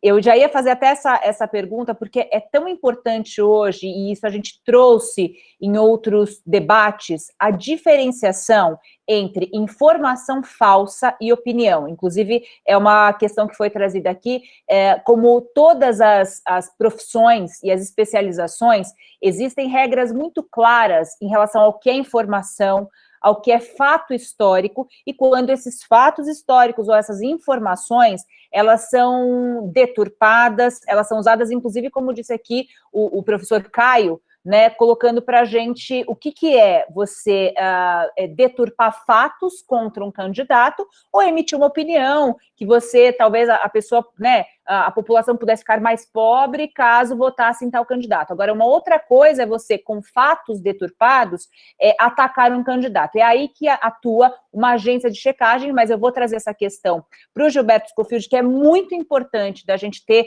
elucidado aqui para o pleno entendimento dessa questão, mas antes disso, eu quero chamar o Ariel para colocar e complementar aqui o que traz para a gente, o que trouxe para a gente a doutora Lívia. Ariel. Então, eu queria só fazer um comentário em relação ao que a doutora Lívia colocou, principalmente os robôs. Aí tem dois pontos, um que são os robôs e a análise e monitoramento do uso de robôs nas plataformas de mídias sociais, que de fato é possível você mapear e fazer uma análise do uso e principalmente do volume de informação que está circulando através e por meio desses robôs, e por outro lado, a análise do debate político no geral. Como disse na minha primeira fala, essa capacidade de análise de dados não é tão trivial, não é tão simples. Em princípio, são as plataformas, as empresas que têm as plataformas, Facebook, WhatsApp, Instagram, Twitter, Google, YouTube, etc., que conseguem, têm a tecnologia para fazer esse monitoramento e criar a inteligência artificial necessária para se antecipar a esses movimentos, mas já tem no mundo e aqui no Brasil alguns institutos de pesquisa que dependem de algumas universidades muito renomeadas, que já estão fazendo esse monitoramento, essa análise, e eu gostaria de deixar alguns nomes aqui com vocês, porque eu acredito que para o TSE, e a gente já tem conversado com o TSE sobre isso, e para os TREs, esse diálogo e essa articulação com os institutos de pesquisa também é muito interessante. A gente não sabe se as plataformas elas vão de fato ser proativas nessa eleição, vão de fato agir, porque elas não agiram nas últimas eleições como deveriam. Até eu vou pedir para a Elza deixar um link de um texto que junto com o Luciano e o Gil, a gente escreveu para a Folha, há 2 semanas, em relação a essa participação das plataformas, mas eu vou deixar 3 nomes de pessoas e institutos de pesquisa que a gente já tem tido um diálogo e tem tido algumas parcerias. Em Minas Gerais tem o Fabrício Benevenuto, eles criaram o monitor do WhatsApp, uma iniciativa muito interessante na última eleição para monitorar justamente desinformação no WhatsApp, que é uma das plataformas mais difíceis de fazer esse mapeamento. O Pablo Hortelado, que talvez você já tenha ouvido falar dele, ele tem uma coluna também na Folha, ele é professor da USP, de gestão de políticas públicas, e o Marco Aurélio Rudiger, que é professor da ADAP, e o Instituto de Pesquisa da FGV, e o Instituto é a ADAP, a Direção de Análise de Políticas Públicas. Os 3 têm um trabalho muito consistente, muito sólido, monitoramento e análise de dados do debate público. Em particular, a ADAP tem um trabalho muito interessante de monitoramento de análise de uso de robôs. Então, eu queria só deixar esse comentário, aí eu passo a palavra para o Gil. Eu quero passar aqui essa questão, que eu acho que é fundamental da gente elucidar. A gente chegou a falar sobre isso em outros encontros, mas agora a gente foi hoje para um campo mais, essa reflexão a respeito até do processo dos partidos, o que é super rico para a gente. Agora, é muito legal também que a gente possa elucidar essa dúvida que vira e mexe ela acontece, ainda mais em tempos de tanta desinformação e em tempos em que o próprio jornalismo ele está sendo tão descreditado pelas próprias instituições e agentes políticos no momento de hoje. Então, queria que o Gil fizesse para a gente um esclarecimento a respeito do que é o jornalismo. Por quê? Veio uma pergunta aqui eu não sei se ela acho que é Gafa Araújo, está falando o seguinte: olha, salvo engano da minha parte, a Agência Lupa ou outra instituição privada iria conferir o que é notícia verdadeira e o que é falsa, além de valorar o que é discurso de ódio e o que não é. Ao meu ver, esbarra no subjetivismo de quem vai fazer esse controle. Dessa forma, quem iria conferir a idoneidade, imparcialidade e neutralidade da agência de checagem para que não houvesse beneficiamento de determinados candidatos? Eu repasso essa questão para o Gil, só fazendo uma consideração que é muito importante nesse esclarecimento, que vai no cerne do que é o entendimento do que é jornalismo e da contribuição de ciências políticas e sociais para o nosso processo. Então, eu queria que o Gil pudesse responder para a gente essa questão que é importante. Ok, vamos lá. Ver se está aberto. Estão vindo? Tá, perfeito. Ok, maravilha. Eu vi de cara essa questão aqui. Entendo também que Araújo, eu não sei exatamente se é homem ou se é mulher, porque essa sigla inicial aqui não me diz muita coisa. Mas tá certo. A ideia, eu acho que eles querem chocar Deus. Eles querem checar Deus e o mundo. E eu preciso dizer uma coisa: em nenhum momento as plataformas de checagem foram consultadas sobre o projeto de lei. É um projeto de lei, como disse o Fernando, desassodado, ao meu ver também. Eu acho que não é. Apesar, a gente sempre faz isso no Brasil, a gente sempre se mete em discussões que elas começam lá atrás, se perdem, né, ao longo do tempo, e quando a gente vai chegando num deadline qualquer, as pessoas retomam aquilo ali e querem aprovar uma legislação no afogadilho. Então, eu só quero dizer que a gente não foi consultado, a gente não falou com ninguém sobre essa questão da legislação. Eu não tenho nem gente na Lupa. Se eles aprovarem amanhã, eu não tenho gente para trabalhar nisso. Eu não tenho braço. Como diz a amiga minha, eu não tenho nem roupa para vestir para uma legislação como essa. Então, assim, eu preciso deixar isso claro de cara. E depois eu preciso esclarecer a ideia de quem checa os checadores, né? Um pouco o Watchmen, né? O quadrinho. Quem vigia os vigilantes. A gente tem uma metodologia de trabalho muito clara e ela está na internet, ela está no nosso site. O que eu posso verificar? O que eu posso checar? Existem limites claros disso. Eu não consigo checar opinião. Opinião é opinião, é isso aí, está no terreno do subjetivismo. Mas eu posso checar declarações que usem dados oficiais ou estatísticas públicas, por exemplo.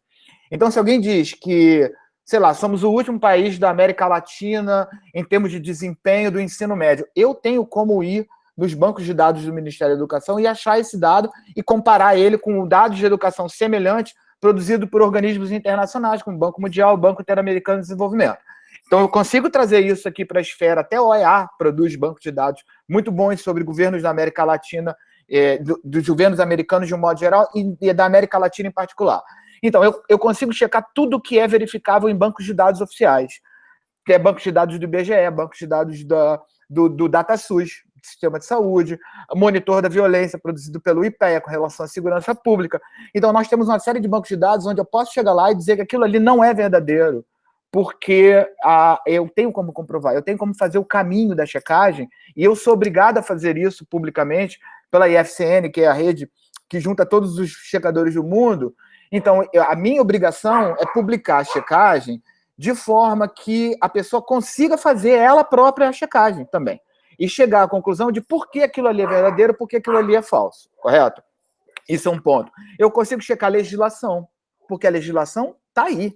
Eu consigo chegar numa legislação, no Código Civil, no Código Penal, eu consigo chegar a um código desse qualquer e dizer se aquilo, a afirmação está certa ou errada. O aborto é ilegal no Brasil. Se alguém disser isso, eu vou dizer, olha, verdadeiro mais.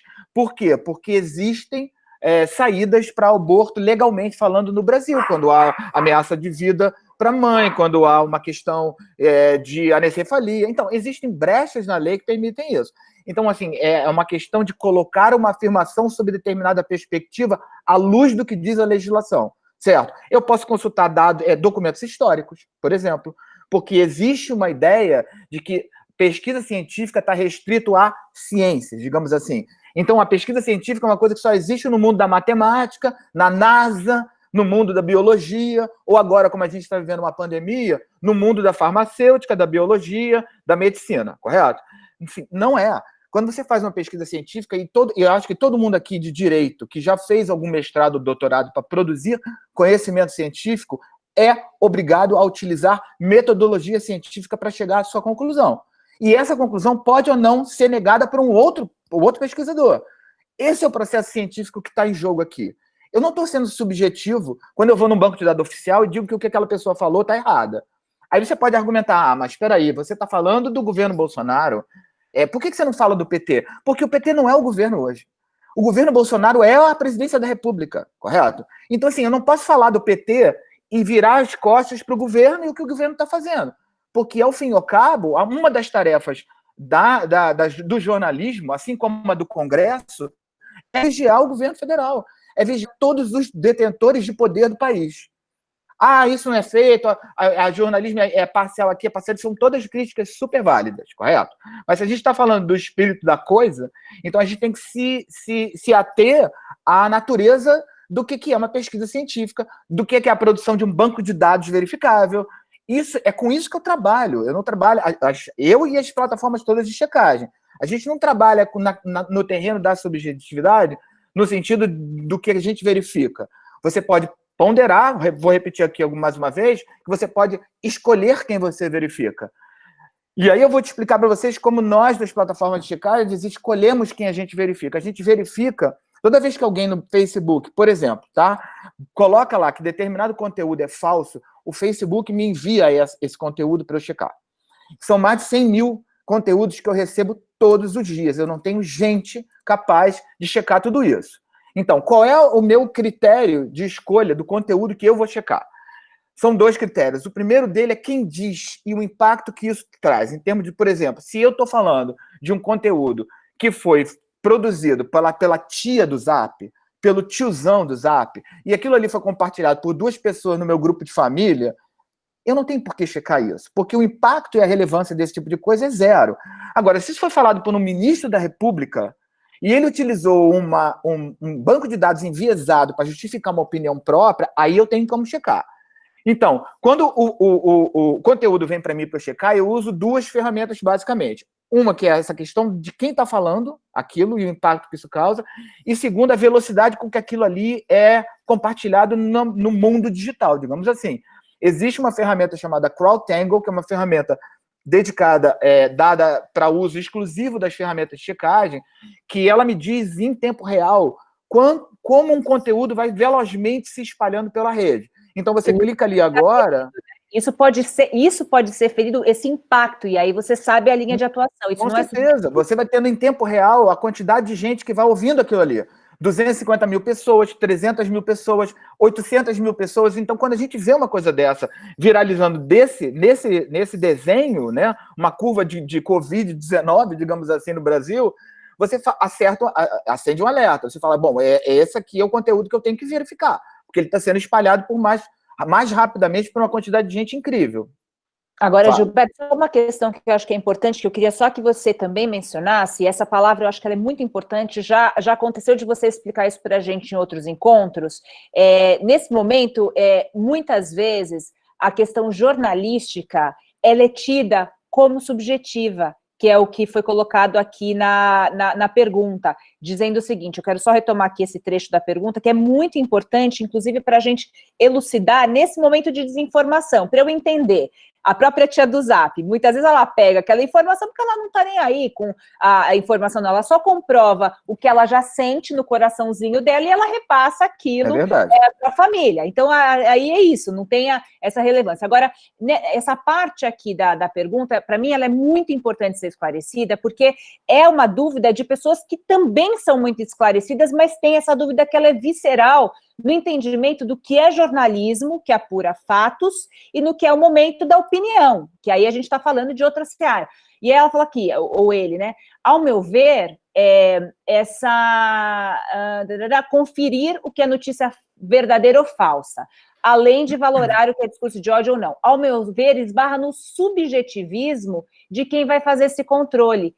E aí eu queria que você colocasse em perspectiva isso, o trabalho jornalístico longe do subjetivismo e baseado em fatos e na apuração de fatos e dados, certo? Exatamente. Existem metodologias no jornalismo também, para você chegar ao compor uma matéria, né, um artigo, basicamente. A gente está falando aí, existem gêneros jornalísticos, favor não confundir uma coisa com a outra. Gênero jornalístico de reportagem, gênero jornalístico de séries de reportagens, existe matérias de serviço, que é aquela matéria, geralmente, no segundo caderno, o que abre, o que fecha no seriado, essas coisas. Isso é um gênero jornalístico. O outro gênero jornalístico é o artigo de opinião. O artigo de opinião tem que estar numa página especial, e se ele não tiver numa página especial, ele precisa ser identificado claramente como opinião. Então, você tem uma série de metodologias dentro do jornalismo. Você pode dizer, mas isso aí, essa cobertura jornalística está enviesada. Ok, então a gente está falando de mau jornalismo. Mau jornalismo também é desinformação, certo? Títulos que não têm a ver com o conteúdo, posicionamentos que favorecem mais uma pessoa do que a outra. Existe esse tipo de coisa, e isso é mau jornalismo, e isso a gente tem que discutir também. Agora, o jornalismo roots, o jornalismo de raiz, né, ele tem uma metodologia de apuração. Talvez, eu acho que seja o caso e aí pensando um pouco também na coisa do desconhecimento das pessoas. Talvez seja o caso das empresas jornalísticas se imbuírem de um espírito de serem mais transparentes com relação à metodologia que utilizam. Exatamente um pouco do que está sendo pedido das plataformas de mídia. As plataformas de redes sociais. Existem responsabilidades no produtor de conteúdo, eu estou falando aqui da mídia, e existe responsabilidade dos intermediadores do discurso. Que aí eu estou falando das plataformas de redes sociais. As plataformas são intermediadoras, elas usam instrumentos de inteligência artificial, algoritmo, rede neural, para fazer essa mediação entre os discursos que circulam nos grupos ou de grupos de fora para grupos de dentro das plataformas sociais. Elas são mediadoras. O que está se discutindo, eu acho, um pouco também, não só a questão da produção do conteúdo, se aquilo ali é, de fato, baseado em metodologia científica, em fato verificável, ou se é opinião pura e simples, e, de outro lado, como aquilo aparece para as pessoas. Né? Note que são duas coisas diferentes caminhando juntas, a produção de conteúdo e a intermediação de conteúdo. Então, eu só queria deixar claro um pouco que você pode questionar a questão da qualidade do jornalismo que se faz, mas é preciso deixar claro que existe metodologia na produção de conteúdo jornalística. Ela não é feita assim a bangu, como está todo mundo achando que a coisa é. É porque eu acho que quando as redes sociais deram vozes às pessoas que não tinham vozes tradicionalmente, todo mundo passou a ser mídia. Todo mundo é mídia hoje, no sentido de divulgação do conteúdo, correto? Todo mundo é potencial divulgador de alguma coisa. E eu acho que essa distinção entre o jornalismo, que é uma espécie de curadoria, e todo mundo tem uma opinião de outro lado, meio que confundiu a percepção das coisas. Mas esses limites, isso está muito claro. As metodologias científicas, elas são muito claras, elas são tradicionais, elas foram construídas ao longo de anos de estudo. Então, assim, só para deixar claro essa ideia e tirar um pouco a ideia de que tudo que é ciência humana é opinião e tudo que é ciência exata aí é metodologia científica. Não é. Eu sou obrigado a ter uma metodologia científica clara em qualquer estudo que eu faço na minha área, que é a área de comunicação. Em economia, que é outra ciência humana, também é assim. E no direito, certamente também será assim. Ninguém faz uma tese de mestrado em direito com base na sua opinião, né? Uma tese, ela tem que ser verificável. Então, aí, nesse terreno, é o terreno onde a gente trabalha. Qual é o banco de dados que a pessoa está utilizando para botar aquela tese em pé? Eu consigo construir, reafirmar aquilo, ou eu consigo questionar aquilo? É isso.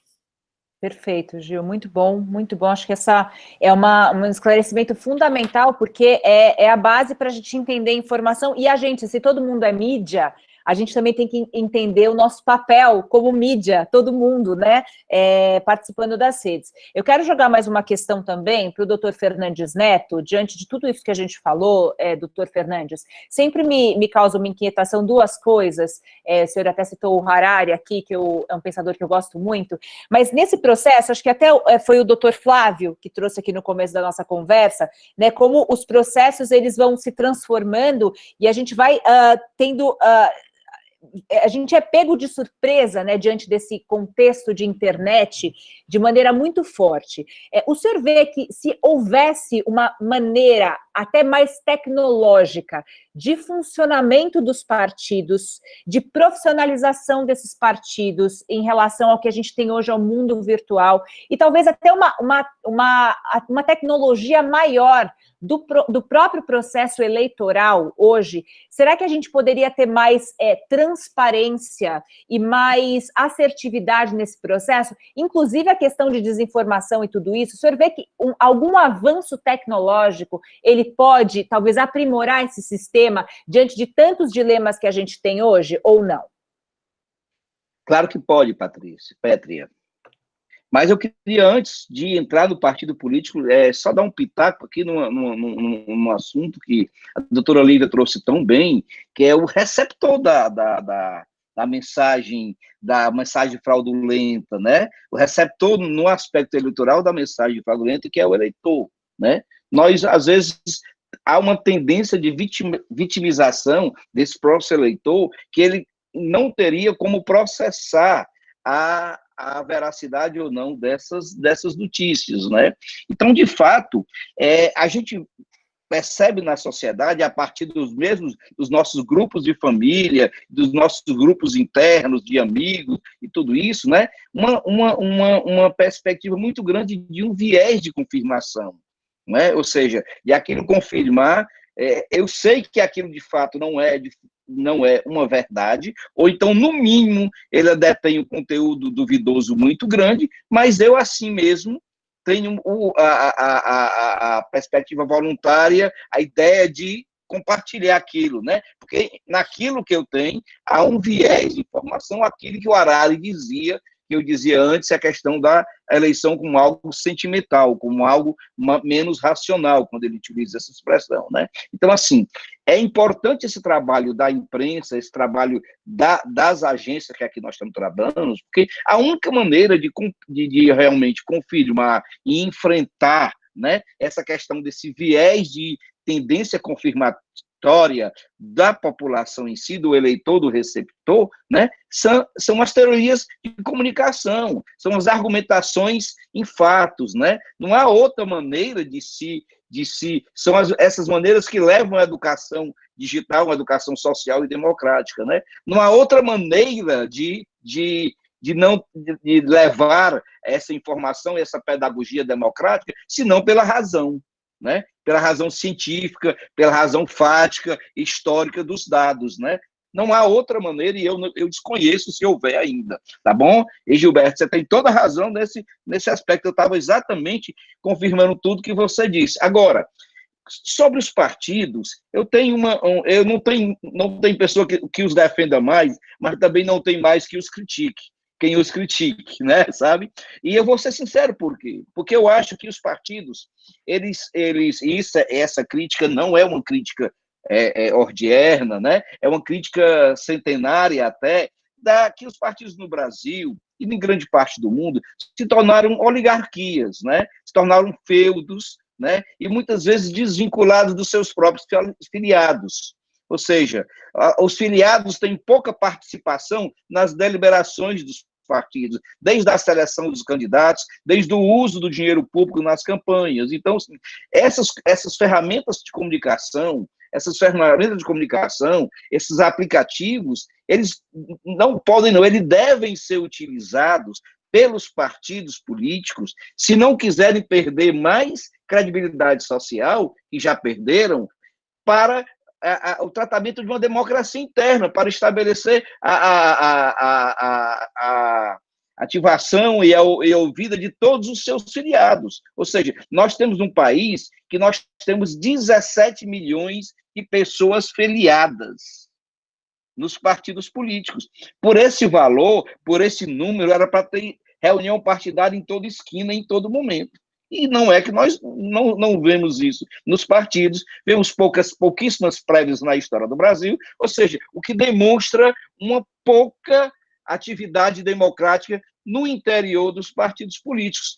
E essa ferramenta digital hoje tem uma essencialidade nessa busca e nessa incrementação desse liame entre o filiado, que está no interior, que está no município, que está na cidade grande, né? Mas do filiado com as cúpulas partidárias, ou seja, aquilo que Robert Mitchell reclamava em 1914 da lei de ferro das oligarquias partidárias, ainda é muito presente hoje na nossa sociedade. Então, assim como a democracia, e a doutora Lívia falava isso muito bem, assim como a internet trouxe a democratização do conhecimento e da informação e da capacidade de cada eleitor e de cada pessoa, cidadão, manifestar-se, obrigatoriamente deve ser exercida também no interior dos partidos. Se os partidos querem retornar esse liame de representatividade, eles têm que começar internamente. E acho que, nesse sentido, você tem toda a razão quando você coloca as ferramentas digitais como essencial para esse debate. Eu acho, e acho que até o Luciano Santos também pode complementar aqui para a gente, Luciano, porque depois das nossas conversas, né, sempre a gente acaba, é interessante, porque sempre a gente acaba indo para um foco, né, dependendo do estado do grupo que a gente conversa, é muito interessante perceber, está dando um pouco de eco aqui para vocês, né, deixa eu ver aqui, é interessante perceber como também essa estrutura partidária, ela é fundamental, e inclusive espelho do que a gente tem como instituições em outras áreas da sociedade. Será que os nossos partidos eles podem estar mais organizados nesse sentido, inclusive nessa política do futuro, para tentarem ser também agentes de auxílio nesse combate e nesse aprimoramento, na verdade, da democracia, Luciano? Com certeza, Pétria. Nós vamos ter eleição municipal, e a gente sempre discute, o trabalho do MCCE sempre foi nesse sentido, da importância do voto, a importância da participação na política, e nesse momento a gente vê, o nosso sistema é representativo, né, escolhemos os nossos representantes, a gente vê a importância que tem um representante. No meio de uma pandemia, a gente tem o poder público que não se entende, o presidente não se entende com governadores, com prefeitos, quer dizer, nós vivemos no meio de uma pandemia e uma grande confusão. Então, isso demonstra a importância da escolha do representante. E aí eu trago uma experiência que nós fizemos aqui em São Paulo, né? Eu estou em São Paulo, embora o MCCE seja nacional e a nossa sede em Brasília, mas aqui em São Paulo, junto com o Ministério Público Eleitoral, o Procurador Regional Eleitoral, Dr. Sérgio, e o Ministério Público Estadual, nós fizemos uma audiência pública, debatendo as questões das eleições, e ao final da audiência pública foi feito um documento, um termo de compromisso, chamando os partidos a assinarem esse termo de compromisso, onde eles se comprometem a fazer uma eleição, chama eleição limpa, exatamente com transparência, com equidade, onde não serão usadas notícias falsas, e Para espanto, eu coloquei até essa matéria do final de semana dos jornais, né? A Folha de São Paulo noticiou isso, outros jornais do Brasil, Brasília, Porto Alegre, de que a adesão dos partidos é muito pequena. Nós temos de mais de 30 partidos, 10 partidos até agora assinaram esse termo. Ou seja, os partidos não têm muito interesse nessa interação com a sociedade. Como disse o doutor Fernandes, nós não queremos criminalizar a política, muito menos os partidos que têm um papel e uma função importante no processo de escolha dos candidatos, afinal, eles têm o monopólio das candidaturas, né?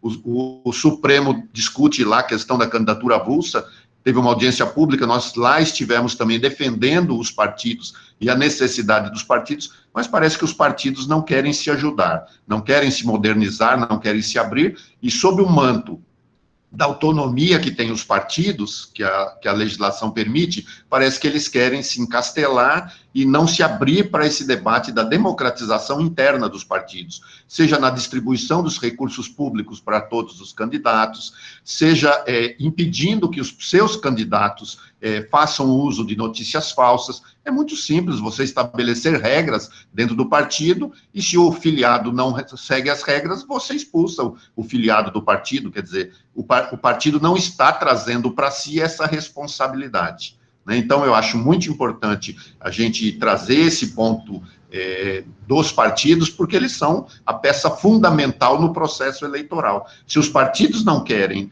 dar a sua contribuição para que isso aconteça, vai ser difícil que a gente consiga mobilizar a sociedade, que a gente consiga que os candidatos cumpram essas regras. Então, eu acho que, nesse contexto, os partidos têm uma grande responsabilidade, e assim como as plataformas, os partidos também têm que dar a sua contribuição. Concordo, maravilhosa reflexão. Eu acho que para a gente encerrar, uma bola que tem que estar, né, no alto, para que a gente pense sempre, tenha como orientação, já que em alguns encontros a gente falou a respeito de educação, em muitos dos encontros a gente falou a respeito de também da responsabilidade dessa indústria da notícia falsa em trazer, em ser responsabilizada, em ser localizada, na verdade, e eu acho que nesse encontro hoje aqui com o Ceará fica muito claro que a gente precisa também responsabilizar e colocar também no foco do debate os próprios partidos. Acho que isso é fundamental para a gente. Eu queria agradecer imensamente mais esse encontro. A gente bateu aqui 100 participantes, acredito, não sei, o Douglas talvez possa falar para a gente em relação a isso, mas isso é um recorde, né, Douglas? Então, realmente foi um debate maravilhoso aqui com o Ceará. Mais uma vez, assim, é um orgulho a gente ver estado a estado.